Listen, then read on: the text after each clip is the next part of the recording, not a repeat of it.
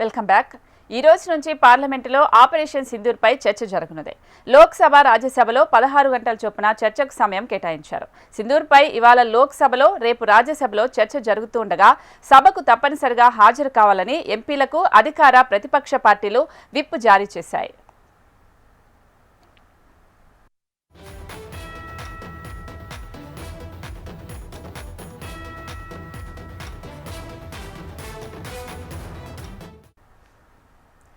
ఈ రోజు నుంచి పార్లమెంటులో ఆపరేషన్ సింధూర్ పై చర్చ జరగనుంది. లోక్సభ, రాజ్యసభలో 16 గంటల చొప్పున చర్చకు సమయం కేటాయించారు.